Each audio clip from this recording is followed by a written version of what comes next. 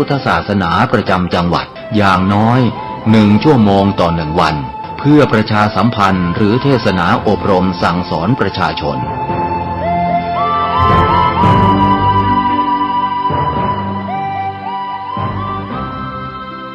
การใช้สื่อวิทยุจะเข้าไปถึงครัวเรือนได้โดยพระสงฆ์ไม่ต้องเดินทางเข้าบ้านการใช้สื่อคือการทำงานเชิงรุกที่ดีที่สุดการรอให้คนเข้าวัดแล้วจึงแสดงธรรมเหมือนแต่ก่อนนั้นอาจจะสายเกินไป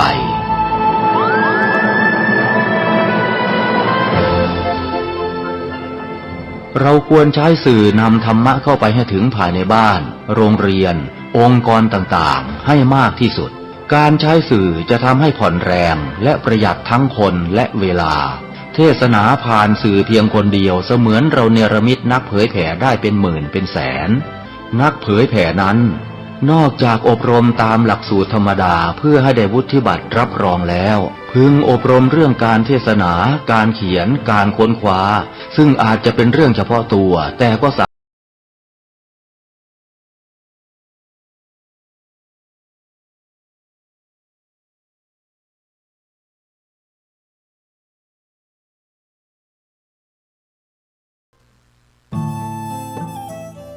ท่านกำลังติดตามรับฟังสถานีวิทยุกระจายเสียงพระพุทธศาสนาแห่งชาติและสังคมคลื่นเพื่อการศึกษาพระพุทธศาสนาและวัฒนธรรมระบบ FM 104.5 เมกะเฮิรตซ์รายการต่อไปเป็นรายการคดีโลกคดีธรรม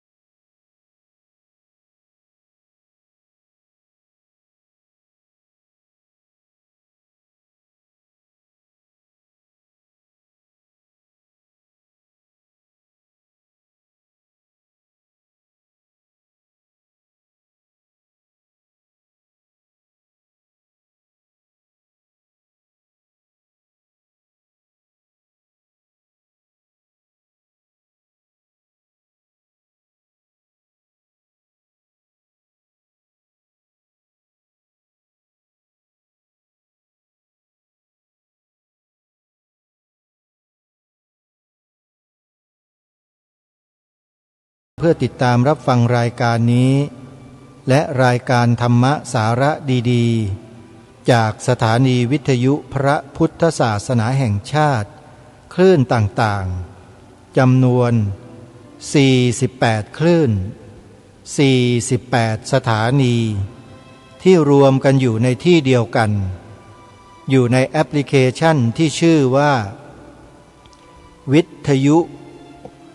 พุทธศาสนาทั่วไทยวิทยุพุทธศาสนาทั่วไทยเป็นแอปพลิเคชันที่ได้รับการพัฒนามาโดยลำดับเพื่อเผยแผ่ธรรมะทางพระพุทธศาสนาโดยเฉพาะสาธุชนท่านใดที่ดาวน์โหลดไปติดตามรับฟังต่างก็พูดเป็นเสียงเดียวกันว่าดีมากได้ประโยชน์มากเป็นประโยชน์มากที่สุดสิ่งที่ไม่เคยรู้ก็รู้ได้ด้วยแอปพลิเคชันนี้แอปพลิเคชันนี้ให้ความรู้เรื่องชีวิตเป็นอย่างดีทำให้เราเข้าใจชีวิตมากยิ่งขึ้นเมื่อก่อนไม่เคยรู้เลยว่าชีวิตนี้คืออะไรเกิดมาทำไมเกิดมาเพื่ออะไร แล้วเมื่อตายแล้วมันจะเกิดประโยชน์จะได้ประโยชน์อะไรอย่างไรสมัยก่อนไม่เคยรู้แต่หลังจากที่ดาวน์โหลดแอปพลิเคชันวิทยุพุทธศาสนาทั่วไทยไปเปิดฟังแล้วได้รับความรู้มากมายหลายประการและความรู้ทั้งหลายเหล่านั้นเป็นความรู้ที่นำไปสู่ความพ้นทุกข์จริงๆใครต้องการที่จะพ้นจากความทุกข์บ้างโยมถ้าต้องการพ้นให้เข้ามาในแนวทางนี้นะแนวทางที่ครูบาอาจารย์ท่านพร่ำสอนเรานี่แหละดาวน์โหลดแอปพลิเคชันวิทยุพุทธศาสนาทั่วไทยไว้ในโทรศัพท์แล้วเปิดฟังทุกวันทุกวันทุกวันเดี๋ยวความรู้ก็เกิดขึ้นโดยลำดับตั้งแต่เบื้องต้นท่ามกลางจนถึงที่สุดเมื่อมีความรู้จนถึงที่สุดแล้วไม่ต้องให้ใครมาร้องเรียกไม่ต้องให้ใครมาบอกไม่ต้องให้ใครมาจัดการเรื่องความทุกข์ของเราจัดการเองได้เด็ดขาดหมดเพราะเราได้รับความรู้อย่างแท้จริงแล้วเพราะฉะนั้นใครก็ตามที่ช่วยกันแนะนำเผยแพร่แอปพลิเคชันนี้ให้ผู้อื่นดาวน์โหลดผู้ที่บอกผู้ที่ช่วยกันเผยแพร่นั้นจะได้บุญตลอดเวลาทั้งกลางวันและกลางคืนอย่าลืมบอกญาติธรรมเราให้ดาวน์โหลดนะโยมนะครูบาอาจารย์ของญาติโยมก็อยู่ในแอปพลิเคชันนี้แหละไม่เชื่อลองดาวน์โหลดดูสิแล้วก็เปิดฟังดูนะเดี๋ยวโยมก็ต้องเจอใครเจอพระครูจริยสารธรรมวัดป่าจริยธรรมเจอท่านพระครูสุวรรณวิจิตรวัดสามชุกเจอพระครูสมุวิสุวัตวัดฝายหินเจอพระครูสมุนิติศาสตร์ญาณิสโรวัดบ้านปลาคูนเจอพระครูปริยัติโพธิธรรมวัดอารามมงคลเจอท่านพระอาจารย์พระประหลัดประเสริฐโชติธรรมโมวัดหนองกายเป็นต้นและครูบาอาจารย์รูปอื่นๆอีกจำนวนมากมายมหาศาลเลยอยู่ในแอปพลิเคชันนี้แหละโยมอยากจะฟังหลวงพ่อพุทธทาสหลวงพ่อปัญญานันทะพระอาจารย์พยอมในแอปพลิเคชันนี้มีทั้งนั้นเลยหรือจะเป็นเจ้าประคุณสมเด็จพระพุทธโฆษาจารย์ปอประยุตโตเจ้าคุณพระธรรมเมธาพรพระแบบทิตายาโนพระอาจารย์สมภพโชติปัญโยท่านววชิระเมธีพระอาจารย์ศักดาใครต่อใครมีอยู่ในนี้ทั้งนั้นเลยโยมเห็นไหมฮะว่าแอปพลิเคชันเดียวแต่รวบรวมครูบาอาจารย์ที่ท่านบรรยายท่านแสดงธรรมไว้เต็มไปหมดเลยรวมถึงสายกรรมฐานสายหลวงปู่มั่นภูริทัตโตก็มีอยู่ในแอปพลิเคชันนี้ทั้งหมดเลยโยมแล้วอย่างนี้จะให้ไม่บอกว่าผู้ที่บอกผู้อื่นให้ดาวน์โหลดแนะนำผู้อื่นต่อกันไปให้ดาวน์โหลดจะไม่ได้บุญได้อย่างไรได้บุญแน่นอนเพราะช่วยกันเผยแผ่ธรรมะหรือเป็นการช่วยกันให้ธรรมะเป็นทานพระพุทธเจ้าตรัสยืนยันไว้ชัดเลยว่าสัพพทานังธรรมทานัง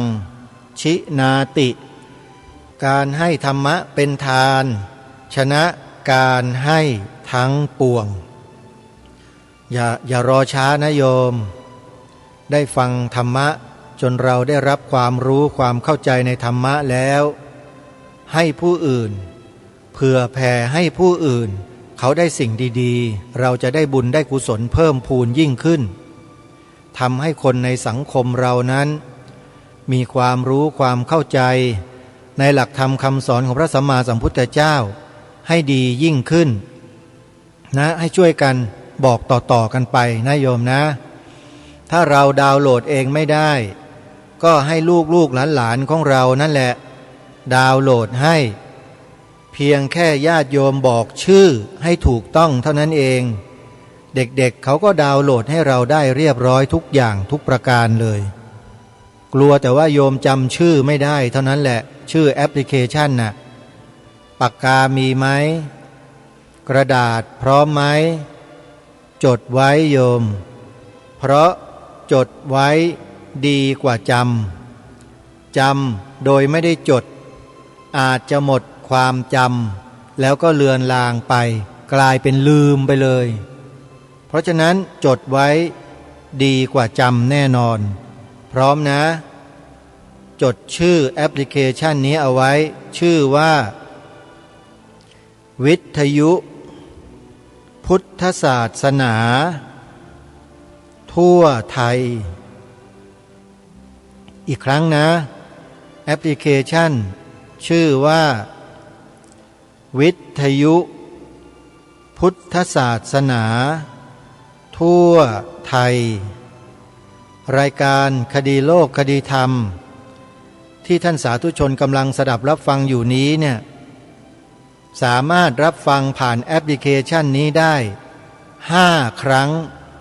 ต่อ1 วัน5 เวลาญาติโยมมีเวลา9 นาฬิกาครั้งหนึ่ง10 นาฬิกาอีกครั้งหนึ่ง11 นาฬิกาอีกครั้งหนึ่ง13 นาฬิกาอีกครั้งหนึ่งและตี 1หรือ1 นาฬิกาอีกครั้งหนึ่งโดยเลือกฟังตามสถานีวิทยุที่ออกอากาศในเวลานั้นๆเช่นเวลา9 นาฬิกาโยมก็ไปเลือกฟังที่สถานีวิทยุวัดหนองกายอยู่ที่ตำบลสันป่ายางอำเภอแม่แตงจังหวัดเชียงใหม่มีอยู่ในแอปพลิเคชันนี้แหละโยมพอโยมฟังวัดหนองกายได้แล้วพอแตะขึ้นมาได้แล้วให้โยมแตะไปที่หัวใจนะพอแตะที่หัวใจเนี่ยเขาจะไปรวมอยู่ที่อีกจุดหนึ่งแล้วครั้งต่อไปเวลาจะเปิดโยมก็ไปเปิดที่จุดนั้นได้เลยเดี๋ยวจะบอกให้โยม9 นาฬิกานะมีอยู่2 สถานีที่ออกอากาศวัดหนองกายแล้วก็อีกวัดหนึ่งวัดอารามมงคลมี2 ชื่อนะโยมในแอปพลิเคชันที่ออกตอน9 โมงเช้าต่อไปเวลา10 นาฬิกาเวลา10 นาฬิกาเนี่ยรายการคดีโลกคดีธรรมออกอากาศพร้อมกัน3 สถานีและทั้ง3 สถานีก็มีอยู่ในแอปพลิเคชันนี้นั่นแหละมีสถานีใดบ้างเวลา10 นาฬิกาสามารถรับฟังได้ทางสถานีวิทยุวัดป่าจริยธรรมวัดศรีอุดมวงศ์และวัดสามชุก3 สถานีนี้ออกอากาศรายการคดีโลกคดีธรรมเวลา10 นาฬิกาต่อไปเวลา11 นาฬิกาเวลา11 นาฬิกาหรือตอนเพล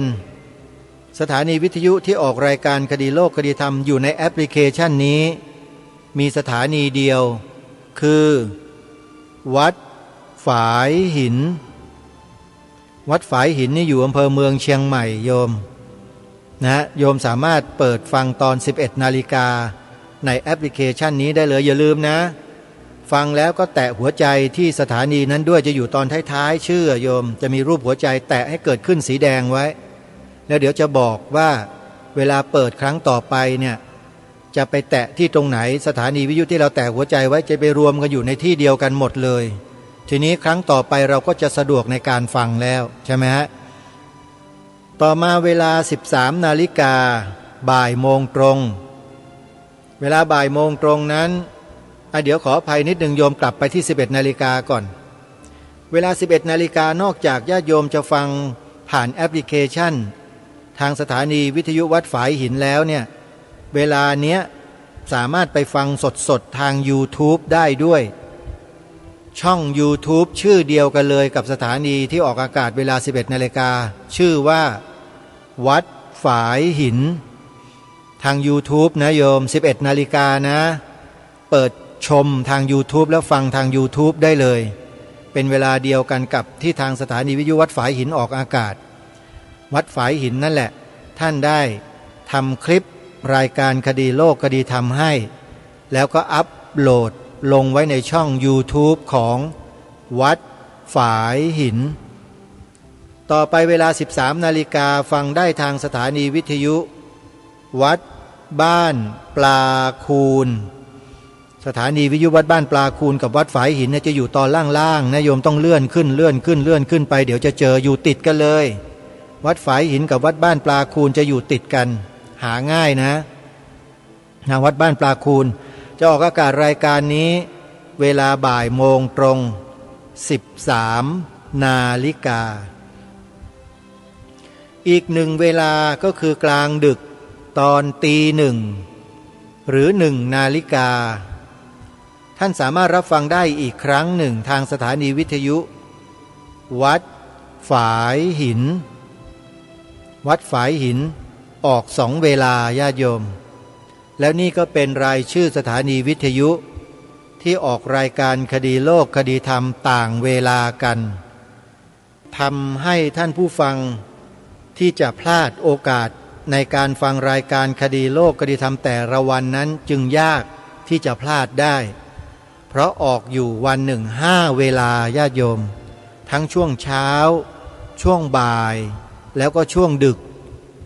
แต่ถ้ามีสถานีวิทยุใดนำรายการนี้ไปออกอีกสักครั้งหนึ่งในตอนช่วงค่ำๆสัก2 ทุ่มสักทุ่มหนึ่งหรือ3 ทุ่มเนี่ยก็จะดีเหมือนกันนะฮะก็ยินดีนะครับครูบาอาจารย์ที่เป็นผู้อำนวยการสถานีวิทยุทั่วประเทศรายการคดีโลกคดีธรรมยินดีครับที่จะส่งรายการให้ทุกวันไม่ขาดเลยยกเว้นแต่ผิดพลาดในบางโอกาสอาจจะขาดไปบ้างแต่ว่านานๆจะเกิดขึ้นสักทีหนึ่งนะซึ่งทำให้ทางท่านผู้ฟังเนี่ยก็อาจจะไม่ได้ฟังในวันที่ขาดหายไปอาจจะลืมส่งไปบ้างหรือส่งแล้วส่งไม่ครบบ้างอย่างเนี้ยก็เลยทำให้พลาดไปแต่ก็จะพยายามที่จะให้ทุกท่านได้ฟังกันอย่างต่อเนื่องนะฮะนิมนต์นะครับครูบาอาจารย์ทุกรูปที่เป็นผู้อำนวยการสถานีวิทยุในหลายๆคลื่นทั่วประเทศถ้าได้ยินเสียงนี้แล้วถ้าหากว่าเห็นว่ารายการคดีโลกคดีธรรมนี้ควรนำไปเผยแพร่แล้วก็นำไปบรรจุไว้ในผังออกอากาศรายการวิทยุของท่านเนี่ยยินดีเป็นอย่างยิ่งนะครับให้ติดต่อมาที่กระผมโดยเฉพาะเลยที่หมายเลขโทรศัพท์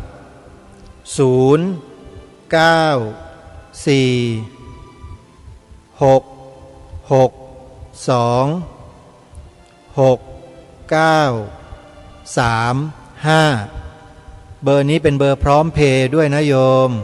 เบอร์โทรศัพท์นี้ของอาตมาภาพเนี่ยเป็นเบอร์พร้อมเพย์ญาติโยมที่จะร่วมสนับสนุนรายการก็สามารถโอนผ่านทางพร้อมเพย์ที่เบอร์โทรศัพท์นี้ได้เลย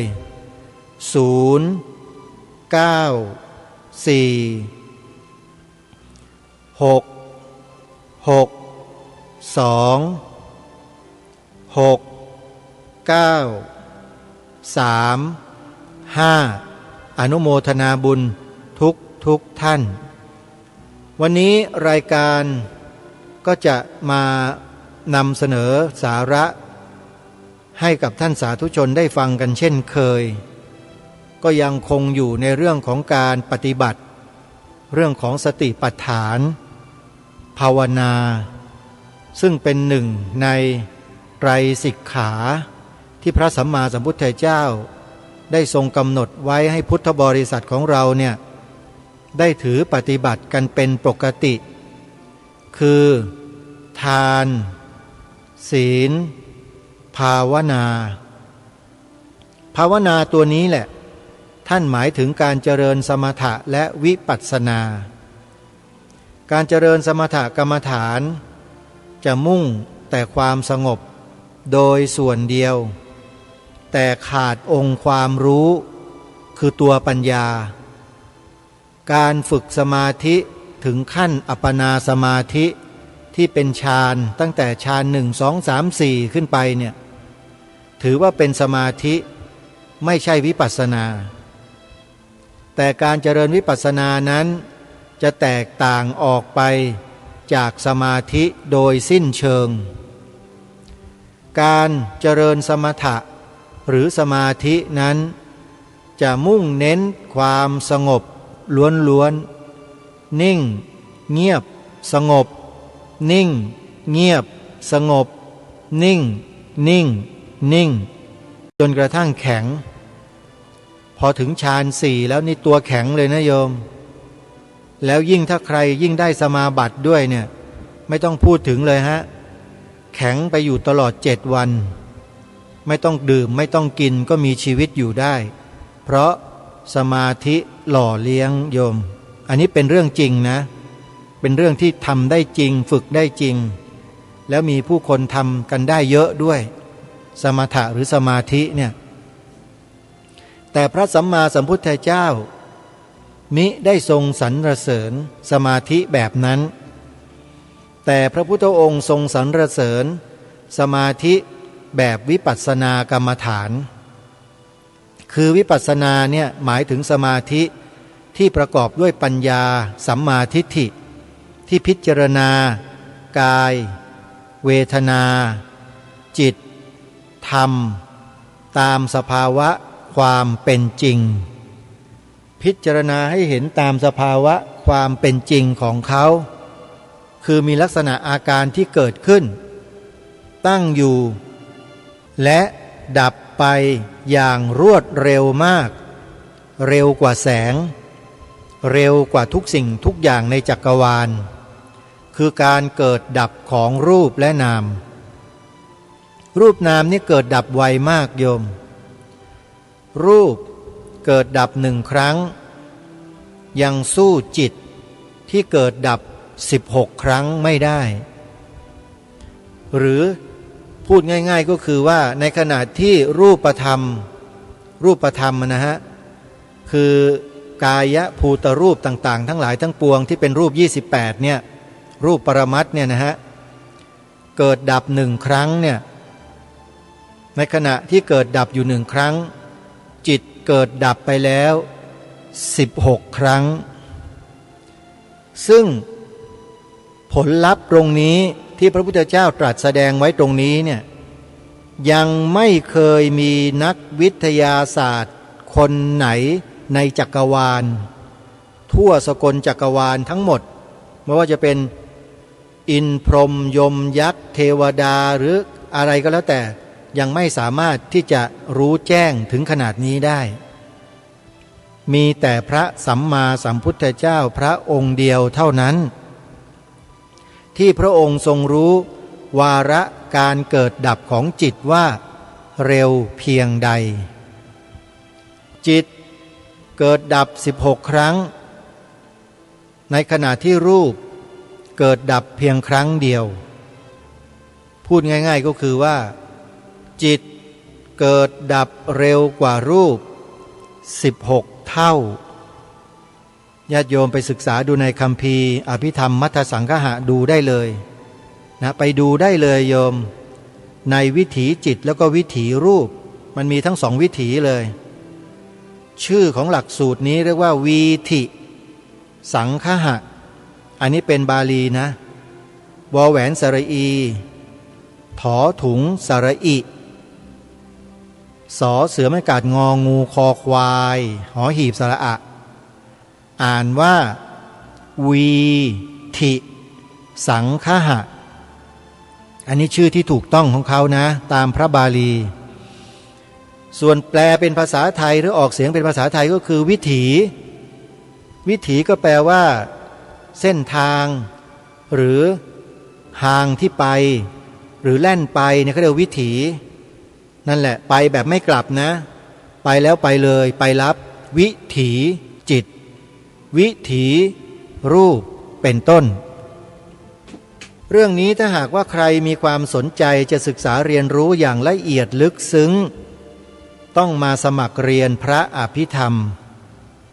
เขามีเรียนมีสอนกันมานมนานแล้วญาติโยมในฐานะที่อาตมาภาพเนี่ยบวชมาพรรษาแรกก็เข้ามาเกี่ยวข้องกับพระอภิธรรมตั้งแต่พรรษาแรกเลยโยมพูดง่ายๆก็คือว่าเรียนพระอภิธรรมตั้งแต่อยู่ในพรรษาแรกพร้อมกับเจริญสติปัฏฐาน4ด้วยทั้งสองอย่างมีสำนักปฏิบัติสำนักเรียนเนี่ยอยู่คู่กันแล้วปัจจุบันนี้ก็หาได้ยากเย็นเหลือเกินที่จะเรียนจะสอนกรรมฐานวิปัสสนากรรมฐานคู่กับพระอภิธรรมในเวลาใกล้เคียงกันไล่เลี่ยกันบอกได้เลยว่าถ้าจะเรียนพระอภิธรรมให้เข้าใจได้ดีต้องมีวิปัสสนาธุระควบคู่กันไปด้วยนี่คือสิ่งที่จะทำให้เรานั้นเข้าใจถึงสภาวะธรรมตามความเป็นจริงได้ละเอียดและลึกซึ้งและถูกตรงตามสภาวะมากที่สุดถ้าเรียนแบบนี้ในสมัยที่กระผมและอาตมาภาพได้เข้าไปสู่สำนักดังกล่าวนี้เนี่ยที่เขามีการปฏิบัติวิปัสสนากรรมฐานคู่กับการเรียนพระอภิธรรมเนี่ยนะฮะเขาก็ได้จัดการเรียนการสอนและการปฏิบัติเอาไว้แยกกันคือในพรรษาหนึ่งมี3 เดือนจะแบ่งครึ่งพรรษาแรกเดินจงกรมนั่งสมาธิปฏิบัติวิปัสสนากรรมฐานล้วนๆห้ามแตะตัวอักษรหนังสือห้ามพูดห้ามคุยห้ามจาอะไรทั้งสิ้นห้ามไปไหนมาไหนเด็ดขาดมีหน้าที่ครึ่งพรรษาแรก45 วันเนี่ยนะเดินจงกรมนั่งสมาธิเดินจงกรมนั่งสมาธิอยู่อย่างนี้แหละตลอดทั้งวันและทั้งคืนแต่ไม่ได้หมายความว่าเดินตลอดนั่งตลอดนะถึงเวลา4 ทุ่มหลับนอนก็เจริญสติหลับก็รู้กำหนดลมหายใจเข้าออกเอนตัวหัวถึงหมอนกำหนดทุกอิริยาบถหมดเลยเขาสอนกันละเอียดถึงขนาดนั้นท่านแล้วเวลาจะลุกก็ให้มีสติลุกขึ้นมากำหนดสติตลอดตัวเอียงซ้ายขวางัวมัวมึนซึมอะไรแล้วแต่อาการอะไรที่เกิดขึ้นเนี่ยกำหนดแหลกรานหมดเลยโยมกำหนดให้หมดเลยชัดตรงไหนจับกำหนดตรงนั้นสติกำหนดตรงนั้นถ้าปฏิบัติแบบนี้7 วันก็เห็นผลแล้วถ้าใครทำได้นะแต่ส่วนมากก็ทำไม่ได้หรอก7 วันนี่แรกนี่คือ7 วันนรกนะอย่างที่อาตมาเคยพูดในรายการโยมจำได้ไหมอันนี้หมายถึงคนที่ไม่เคยปฏิบัติมาก่อนนะเหมือนอย่างอาตมาเนี่ยเป็นวัยรุ่นสนุกสนานฮาเฮมาเสร็จแล้วก็มาบวชแล้วก็ไม่ได้มีการสอนธรรมะธรรมะอะไรละสวดแต่มนต์อย่างเดียวทำวัดแค่นั้นแหละแล้วก็กลับเข้าห้องเข้ากุฏิก็ไม่มีอะไรก็นั่งคุยนั่งเมาส์กันเรื่องนู้นเรื่องนี้สมัยก่อนนะพระบ้านนอกโยมก็ไม่ได้มีการเรียนการสอนอะไรเหมือนอย่างในเมืองเราจะไปว่าท่านไม่ได้นะแต่ท่านก็ทำกิจของสงฆ์ไม่บกพร่องก็แล้วกันนะโยมพระในต่างจังหวัดเนี่ยก็ถือว่าได้ช่วยกันรักษาพระศาสนากันมาได้ถึง 2,000 กว่าปีนะอย่าไปดูถูกกันนะโยมครูบาอาจารย์พระเจ้าพระสงฆ์จะอยู่ในต่างจังหวัดเนี่ยท่านถือว่าท่านมีความสามารถไม่ธรรมดานะต่างจังหวัดเนี่ยเห็นท่านเป็นอย่างงู้นอย่างนี้โยมอย่าไปตำหนิพระนะโยมบาปตายเลยอย่าเชียวไม่รู้อะไรจริงๆแล้วอย่าไปพูดนะโยมเห็นกิริยาท่าทางท่านไม่สำรวมแล้วจะไปตำหนิท่านไปค้อนท่านไปมองความรู้สึกไม่ดีเนี่ยจิตใจโยมเป็นบาปนะจริงเป็นห่วงนะโยมอาตมาเนี่ยอย่าไปตำหนิอย่าไปมีความรู้สึกไม่ดีกับท่านควรจะกรุณาควรจะเมตตาท่านนะขอบอกไว้ก่อนนะโยมมีอะไรที่เราสามารถจะกราบขอวิงวอน อนุญาตแนะนำท่านบอกท่านเราก็ขออนุญาตท่านด้วยความนอบน้อมด้วยความที่วาจาสุภาพโยมอย่าไปตำหนิอย่าไปตะคอกอย่าไปพูดไม่ดีอย่าไปแสดงอาการที่เหมือนกับว่าดูถูกถากถางท่านด้วยสายตาด้วยสีหน้าอย่าไปทำนะโยมบาปนะควรจะทำให้ท่านเนี่ยมีความรู้สึกว่าเราเคารพอ่อนน้อมต่อท่านนั่นแหละจะเป็นโอกาสที่เราสามารถจะขอแนะนำถวายความรู้ท่านเล็กๆน้อยๆถามท่านในทางที่ถูกที่ควรที่ต้องนะก็จะเกิดเป็นประโยชน์ร่วมกันนะเพราะฉะนั้นนะเจอพระที่ไหนไม่ว่าจะอยู่ที่ไหนก็ตามโยมเข้าไปด้วยความนอบน้อมเคารพต่อท่านพูดจาดีๆอย่าตวาดอย่าตะคอกอย่าอะไรกับท่านนะแล้วเสร็จแล้วก็บอกท่านให้ดีว่ามันน่าจะเป็นอย่างนี้นะพระคุณเจ้ามาเดินมาทำอะไรแบบนี้โยมว่าเดี๋ยวคนอื่นเขาจะมองไม่ดีอันนี้โยมมีความปรารถนาดีต่อพระคุณเจ้านะครับอะไรอย่างเงี้ยแนะนำที่ดีๆโยมแล้วท่านก็จะฟังเราจริงๆท่านก็ไม่ใช่เสือใช่สิงกระทิงแรดมาจากไหนนะท่านก็พยายามที่จะปฏิบัติตนให้ดีที่สุดแต่ถ้าเห็นไม่ชอบมาพากลอย่าไปจัดการเองแจ้งคณะผู้ปกครองในพื้นที่นั้นๆให้ท่านทราบอย่างน้อยวัดที่อยู่ใกล้ๆเนี่ยโยมไปแจ้งไปบอกวัดที่อยู่ในพื้นที่ดูแปลกๆนะพระองค์นี้พระคุณเจ้าช่วยไปดูสังเกตการให้หน่อยนะโยมเห็นแล้วไม่ค่อยสบายใจแค่นี้พอโยมเดี๋ยวพระสงฆ์ท่านก็มาดำเนินการของท่านเองเราก็ไปทำกิจของเราตามสบายถือว่าเราได้ทำหน้าที่ของอุบาสกอุบาสิกาที่ดีแล้วจริงไหมฮะไม่จำเป็นต้องไปทำเองนะอย่าไปเก่งเหมือนอย่างพวกสื่อสารมวลชนในประเทศไทยทุกวันนี้ทำตัวเก่งฉกาจเหลือเกินเก่งมากแหมตีไข่ใส่สีวิพากษ์วิจารณ์ชี้นำสารพัดสารเพไปหมดนะทำเป็นเก่งเข้าไปเถอะเดี๋ยวก็รู้เองว่านรกมีหน้าตายังไงเดี๋ยวก็รู้อันนี้เตือนบอกเอาไว้ด้วยความหวังดีนะเพราะสภาวะจิตของคนเราเนี่ยที่มันเปล่งวาจาออกมาแล้วทำให้คนในสังคมเกิดความรู้สึกอย่างนั้นอย่างนี้อย่างโน้นอย่างนั้นเนี่ยในอภิธรรมมัทธสังคหะกล่าวไว้แสดงไว้อธิบายความไว้ละเอียดยิบเลยโยมไม่ต้องกลัวตรงตามสภาวะความเป็นจริงทุกอย่างใครกล่าววจีเช่นใดกระทำเช่นใดก็จะได้รับผลเช่นนั้นตามเจตนาของตนที่กระทำรวมถึงผลที่เกิดขึ้นจากการกระทำของตนนั้นถ้าเกิดเป็นผลเสียต่อพระพุทธศาสนาโดยส่วนรวมกรรมจะหนักมากใครก็ตามที่ทำให้เกิดความสูญเสียเสียหายเสื่อมศรัทธาของผู้คนด้วยการกล่าวด้วยวจีกรรมที่ตนเองกล่าวจนเกินเหตุเกินผลไปเนี่ยแล้วทำให้คนในสังคมเกิดความเสื่อมศรัทธาต่อพระพุทธศาสนาโอ้ยคนคนนั้นนี่โคตรบาปโยมขอบอกว่าบาปมากบาปจริงๆอาตมาภาพนี่พยายามจะบอกให้พวกเราญาติโยมสาธุชนทุกท่านเนี่ย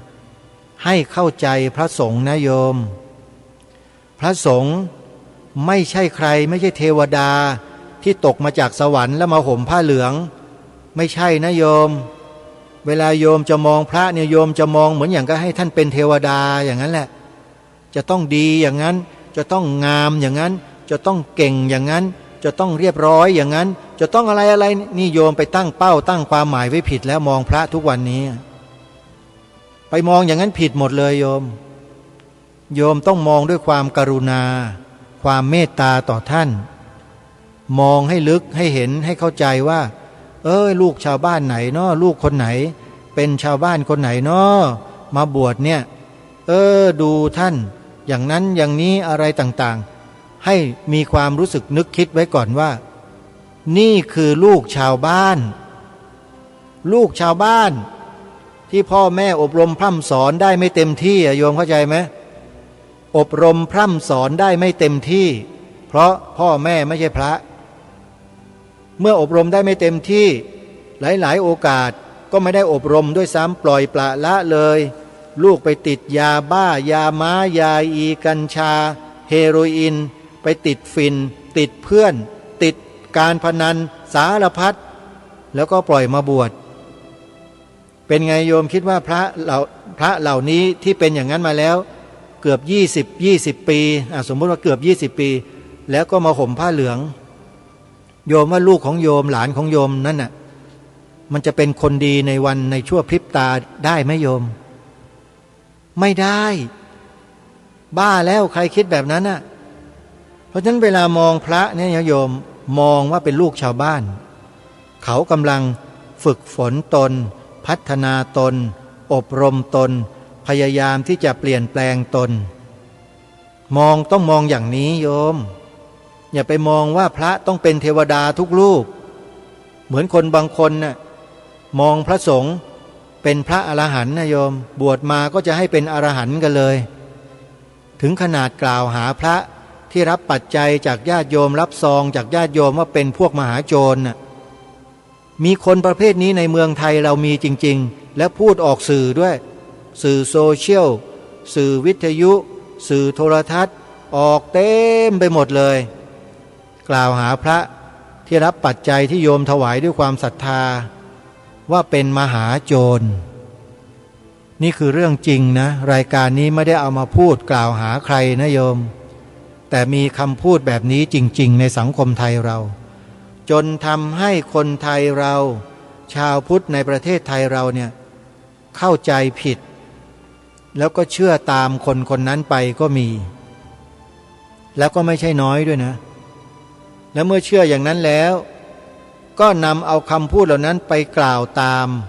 ไปกล่าวหาพระตามครูบาอาจารย์ของตนเองที่ตัวเองเชื่อว่าเป็นครูบาอาจารย์ของตัวเนี่ยไปด่าพระต่อเข้าไปอีกพวกมหาโจรรับแต่เงินรับแต่ปัจจัยไม่เห็นทำอะไรให้กับพระศาสนานะไปว่าเข้าไปนู่นเลยเนี่ยกระจายขยายออกไปไกลกว่านั้นอีกถามว่านี่เป็นบุญหรือว่าเป็นบาปการกล่าววาจาจาบจ้วงพระสงฆ์แบบนี้โยมเป็นบุญหรือว่าเป็นบาปแล้วถ้าเป็นบาปโยมจะทำกันไหมไม่มีโยมคนไหนแล้วฮะที่มีจิตใจที่เป็นบุญกุศลจะทำเช่นนั้นจริงไหมแล้วคนที่ทำเช่นนั้นได้โยมว่าจิตใจเขาเป็นบุญหรือเป็นบาปก็แค่นี้เองฮะที่ต้องการให้พวกเราได้ตัดสินสิ่งเหล่านี้ด้วยตัวของเราเองแล้วเราก็เลือกปฏิบัติต่อพระสงฆ์ให้ถูกต้องคือต้องใช้ความเมตตาความกรุณาโยมพวกนี้มันเป็นเด็กเมื่อวันซืนมาบวชโยมพระใหม่บางทีก็เป็นคนเก่าๆอยู่ทางโลกมาจะ60 ปี70 ปีแล้วก็มาบวชแล้วโยมจะเอาอะไรกับคนเหล่านี้ล่ะโยมเขาก็กำลังฝึกฝนครูบาอาจารย์ก็กำลังแนะนำพร่ำสอนเขานั่นแหละแต่บางทีบางโอกาสมันก็เผลอเรอไอ้สันดานเก่าที่เป็นคฤหัสถ์มันก็แสดงออกมาเสียมากเพราะอะไรเพราะมันมีอยู่เยอะสันดานเก่าแหมพวกนี้มันจะให้บวชมาแล้วเป็นพระอรหันต์กันทั้งหมดเลยลองไปฟังกันดูก็แล้วกันท่านก็จะทราบกันเองแต่ถ้าหากต้องการจะรู้โดยมีผู้อธิบายขยายความแล้วก็ชี้แจงแสดงให้เราเห็นภาพเปรียบเทียบอุปมาอุปไมยได้ชัดเจนกับคนเหล่านี้นะถ้าใครต้องการจะฟังนะโยมให้ไปฟังพระมหาอุเทนปัญญาปริทัศน์ได้พูดถึงคนพวกนี้เอาไว้โยมที่ด่าพระว่าพระเป็นมหาโจรเนี่ยพระมหาอุเทนท่านพูดถึงคนพวกนี้ไว้ว่าเป็นคนเช่นไรแล้วก็ยกพระบาลีมาแสดงด้วยว่าพระพุทธเจ้าตรัสไว้อย่างไรยังไงแบบไหนแล้วก็อธิบายความให้เราเข้าใจลองไปเปิดดูนะเข้าไปใน YouTube แล้วพิมพ์คำว่าทูตเทวทัตทุจินทูตเทวทัตทุจินทอทหารสระอูตอเต่าทูตานุทูตโยมคำว่าทูตตัวนี้นะตัวหน้าเนี่ยทูตเทวทัตทุจินเทวทัตก็คือพระเทวทัตนั่นแหละที่กลิ้งหินจากเขาคิชกูฏ หวังจะทำลายพระชนชีพพระพุทธเจ้านะเทวทัตนั่นแหละทูตเทวทัตทุจินทอทหารสระอุทุแล้วก็จินตะต่อเต่ากรันนะจอจานสระอีนอหนูจินตะทูตเทวทัตทุจินใน YouTube โยมลองไปฟังดูฟังท่านแก้ปรับประวาทคนพวกนี้ด่าพระว่าพระตำหนิพระอย่างเดียวไม่เคยยกย่องสรรเสริญไม่เคยช่วยเหลือไม่เคยเกื้อกูลไม่เคยอะไรเลยคือเกิดมาด่ามาว่ามาตำหนิมาโจทย์พระอย่างเดียวลองไปฟังพระมหาอุเทนท่านพูดถึงดูนะแนะนำแล้วนะโยมมีอะไรดีๆมีสาระที่เป็นประโยชน์รายการนี้ก็จะแนะนำให้เราไปฟังไปดูกันนั่นใน YouTube นะทีนี้กลับเข้ามาที่รายการเมื่อสักครู่นี้ได้ปรารภและกล่าวถึงเรื่องของการปฏิบัติสมถะและวิปัสสนากรรมฐานโยมสมถกรรมฐานนั้นมุ่งความสงบของจิตเป็นหลักใหญ่ซึ่งไม่สามารถที่จะดำเนินดวงปัญญาอันแก่กล้าให้เกิดขึ้นได้ในท่ามกลางความสงบเงียบมืดทะมึนมืดอยู่อย่างนั้นนะโยมจะสว่างหรือมืดก็ไม่รู้แหละแต่พระพุทธเจ้าตรัสว่าไม่สามารถทำให้ปัญญาญาณในวิปัสสนาญาณเกิดขึ้นได้ตัวสมถะเกิดไม่ได้นะถ้าหากว่าผู้ที่เจริญสมถะนั้นต้องการที่จะให้วิปัสสนาญาณเกิดขึ้นบุคคลคนนั้นจะต้องทำการศึกษาให้รู้ถึงสภาวะธรรมตามความเป็นจริงในเบื้องต้นให้เข้าใจก่อนโดยมีครูบาอาจารย์ผู้เชี่ยวชาญชำนาญด้านวิปัสสนากรรมฐานเนี่ยคอยแนะนำท่านไม่รู้เนี่ยฮะท่านก็เพ่งอารมณ์หนึ่งเดียวอยู่อย่างนั้นน่ะเพ่งอยู่อย่างนั้นน่ะนิ่งอยู่อย่างนั้นสงบอยู่อย่างนั้นโดยไม่มีตัวปัญญาอะไรเข้ามาเกี่ยวข้องในการเพ่งเหล่านั้นเลยผู้ที่เจริญสมถะจะต้องศึกษาเรียนรู้ทำความเข้าใจเรื่องของวิปัสสนาจากครูบาอาจารย์ที่มีความเชี่ยวชาญชำนาญเฉพาะเพื่อจะดึงเอาจิตของเขาที่มันนิ่งสงบอยู่ที่เขาติดอยู่ตรงนั้นเนี่ยออกมาก่อนพอออกมาถึงระดับหนึ่งแล้วครูบาอาจารย์ท่านเห็นว่าพอประมาณแล้วเนี่ย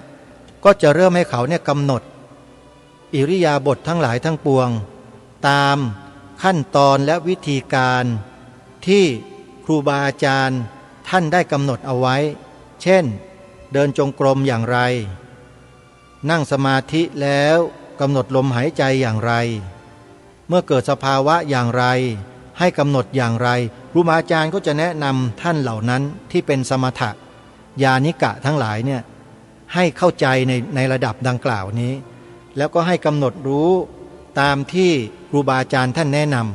ำเมื่อกำหนดรู้ได้ตามที่ครูบาอาจารย์ท่านแนะนำได้แล้วเนี่ยโยคาวจรนั้น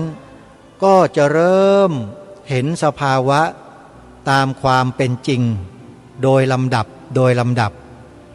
ซึ่งในคัมภีร์วิสุทธิมรรคเนี่ยนะ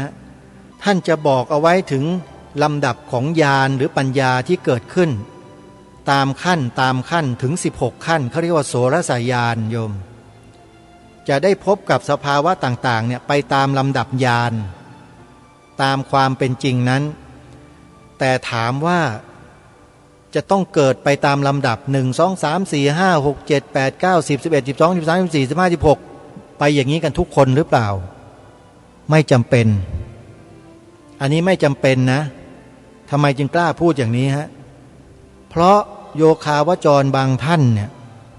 เคยผ่านวิปัสสนาญาณมาแต่อดีตชาติไหนต่อชาติไหนมาแล้วเราไม่รู้พอมาถึงชาตินี้ปุ๊บพอท่านมาเจริญวิปัสสนากรรมฐานตามแนวสติปัฏฐาน4ญาณปัญญาอาจจะกระโดดข้ามไปถึงญาณที่เขาได้เคยผ่านมาแล้วในอดีตชาติไปเกิดต่อจากนั้นก็ได้อันนี้เป็นความเข้าใจส่วนบุคคลนะครับไม่ใช่ตำรานะฮะอันนี้ต้องขอบอกครูบาอาจารย์ก่อน แต่ตามขั้นที่ท่านกำหนดเอาไว้มันมี16ขั้นเขาเรียกว่าโสรสญาณอันนี้เกิดขึ้นแน่สำหรับโยคาวจรทั่วไปที่ยังไม่เคยเลยไม่เคยเจอไม่เคยปฏิบัติไม่เคยรู้มาก่อนก็จะค่อยๆพัฒนาไปตามขั้นปัญญาจะเกิดขึ้นไปตามขั้นตามลำดับเมื่อครูบาอาจารย์ท่านสอบอารมณ์ของโยคาวจรแล้วเห็นว่าอารมณ์นี้เกิดแบบนี้หมายถึงอะไรท่านก็จะแนะวิธีการกำหนดในการก้าวการย่างในการเดินจงกรมนะว่าควรจะเดินในระยะที่เท่าไหร่มีทั้งหมด6ระยะญาติโยมการเดินเนี่ยระยะที่1ซ้ายย่างหนอช้าไหมช้าแต่ดีมากๆเลยจริงๆได้สมาธิได้สติได้อะไรต่อมีอะไรเยอะเลยโยมใจเย็นลงเยอะเลยถ้าใครเจริญสติปัฏฐาน4ในลักษณะแบบนี้นะแล้วก็ระยะที่2 3 4 5 6แล้วแต่อารมณ์กรรมฐานของโยคาวจรนั้นจะละเอียดมากน้อยเพียงใดละเอียดมากก็ต้องเดินระยะที่สูงขึ้นสูงขึ้นสูงขึ้นไปถึงระดับที่6พอถึงระดับที่6แล้วครูบาอาจารย์ท่านจะทราบเลยว่าโอ้ยวิปัสสนาญาณของโยคาวจรท่านนี้คนนี้สูงถึงระดับนี้แล้วต่อไปท่านก็จะมีวิธีการของท่านให้โยคาวจรนั้นกำหนดรูปแบบที่พิเศษขึ้นพิเศษยังไงก็แล้วแต่ครูบาอาจารย์เหล่านั้นแหละท่านจะมีประสบการณ์ท่านจะได้จากครูบาอาจารย์รุ่นก่อนๆมาอย่างไรจะแก้หรือจะทำยังไงก็แล้วแต่ท่านอันนี้บอกไม่ได้โยมมันขึ้นอยู่กับอารมณ์ของโยคาวจรนั้นๆมันเป็นอะไรที่สนุกอาตมาต้องขอบอกโยมว่ามันสนุกและมันลุ้นดีจังเลยคำว่าลุ้นไม่ใช่หมายความว่าตื่นเต้นสนุกสนานมีความสงสัยไม่ใช่นะฮะคือลุ้นเนี่ยเรามีสติตื่นไงสติมันตื่นแล้วมันลุ้นอยู่ด้วยมันจะเจออะไรเห็นอะไรเกิดอะไรมันจะตั้งสติเอาไว้คอยสังเกตคอยดูคอยจับอารมณ์ความรู้สึกทั้งรูปและนามทั้ง2ประการเนี่ยที่แยกออกไปเป็น5เนี่ยคือรูปเวทนาสัญญาสังขารวิญญาณที่มันปรุงแต่งกันอยู่ตรงเนี้ยจะดูติดตลอดเวลาเลยเรียกว่าเกาะติดสถานการณ์ไม่มีช่องว่างที่จะเว้นให้แก่อารมณ์ทั้งหลายรั่วไหลหรือหลุดออกไปได้เลยนะมันสนุกจริงๆบอกได้เลยว่าถ้าใครเจริญสติปัฏฐาน4แล้วได้มีอารมณ์ณขนาดนี้นะจะเห็นอาการเกิดดับชัดเจนเลยโยมนี่ขอยืนยันเลยว่าการปฏิบัติธรรมในพระพุทธศาสนาของเราเนี่ยโยมเป็นการปฏิบัติที่สนุกสนานมากถ้าใครได้เข้าสู่สนามในการกำหนดดูอารมณ์ความเป็นไปของรูปของนามอย่างชัดแจ้งเห็นจริงเนี่ยสนุกบอกได้เลยว่าสนุกมากแล้วตื่นรู้อยู่ตลอดเวลานี่คือวิปัสสนากรรมฐานถ้าสมถกรรมฐานก็คือจะได้อารมณ์สงบเกิดปีติ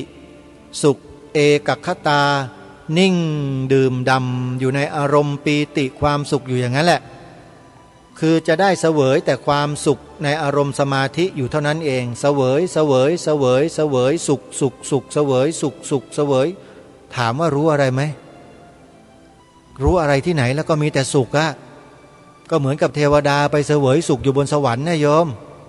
จะรู้อะไรล่ะเทวดาน่ะก็ได้แต่ไปดื่มไปกินไปสนุกสนานไปสัมผัสอะไรสุขนุ่มนิ่มเอานี้อุปมาให้ฟังเฉยๆไม่เคยไปเกิดเป็นเทวดาเราโยมไม่รู้เป็นยังไงแต่ว่าอุปมาให้ฟังเฉยๆก็จะได้แต่เสพบริโภคอย่างเดียวหลวงพ่อวิริยังเคยพูดให้สัมภาษณ์กับผมและอาตมาเนี่ยที่เมืองทองธานีเมื่อปี2554นะที่ไปสัมภาษณ์ท่านใครจะดูใน YouTube ก็ได้นะมีอยู่อาตมาภาพอัพลงใน YouTube เอาไว้แล้วนะฮะพิมพ์คำว่า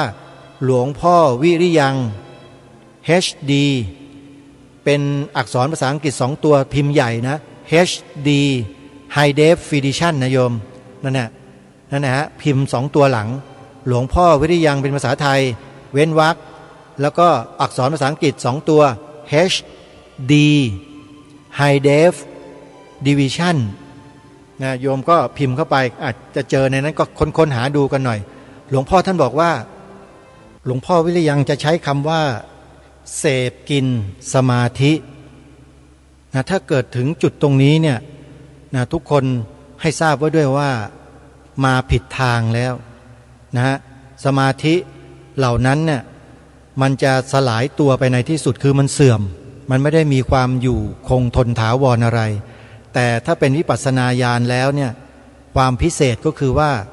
เมื่อได้เกิดญาณปัญญาขึ้นมาขั้นใดขั้นหนึ่งแล้วญาณนั้นก็จะคงอยู่ไปกับอารมณ์นั้นกับจิตวิญญาณนั้นเนี่ยไปตลอดเลย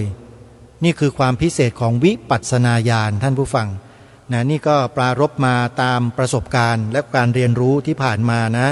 ก็มาเล่าสู่ให้กับญาติโยมโยคาวจรนักปฏิบัติวิปัสสนากรรมฐานสมถกรรมฐานทั้งหลายได้ทราบเพื่อว่าระหว่างสมถะกับวิปัสสนานั้นมีข้อแตกต่างกันอย่างไรและความพิเศษกว่ากันนั้นคืออะไรนะฮะสมาธินั้นเป็นการเสพกินอารมณ์นะจนกระทั่งอารมณ์นั้นมันหมดไปได้แต่ถ้าวิปัสสนาญาณแล้วอันนี้จะไม่มีวันหมดนะเขาจะคงถาวรอยู่อย่างนั้นเรื่อยไปเหมือนกับพระโสดาบันเมื่อได้บรรลุเป็นพระโสดาบันแล้วจะกลับกลายไปเป็นปุถุชนอีกมันเป็นไปไม่ได้แล้วโยมอันนี้คือสภาวะธรรมชาติของเขาเป็นอย่างนั้นธรรมชาติของจิตเมื่อจิตรู้และเข้าถึงแล้วมันก็จะอยู่อย่างนั้นไปตลอดนะโสดาบันจะเลื่อนลงต่ำไปเป็นปุถุชนไม่ได้สกทาคามีจะเลื่อนลงมาเป็นโสดาบันปุถุชนไม่ได้อนาคามีจะเลื่อนกลับตกมาเป็นสกทาคามีโสดาบันหรือปุถุชนไม่ได้พระอรหันต์ก็จะกลับมาเป็นอนาคามีสกทาคามีโสดาบันหรือปุถุชนไม่ได้เหมือนกันทุกอย่างจะขึ้นอย่างเดียวเลยนี่คือวิปัสสนาธุระความพิเศษเขาอยู่ตรงนี้นะเอาฝากไว้ญาติโยมวันนี้รายการเวลาของรายการนั้นหมดแล้วเดี๋ยวไว้พบกับรายการได้ใหม่ในวันต่อไปขอความสุขความสวัสดีในธรรมแห่งองค์สมเด็จพระบรมศาสดาสัมมาสัมพุทธเจ้าจงปรากฏเกิดมีขึ้นในจิตใจของท่านผู้ฟังทุกท่านทุกคนเทินขอเจริญพรกล้าคิดก็ต้อง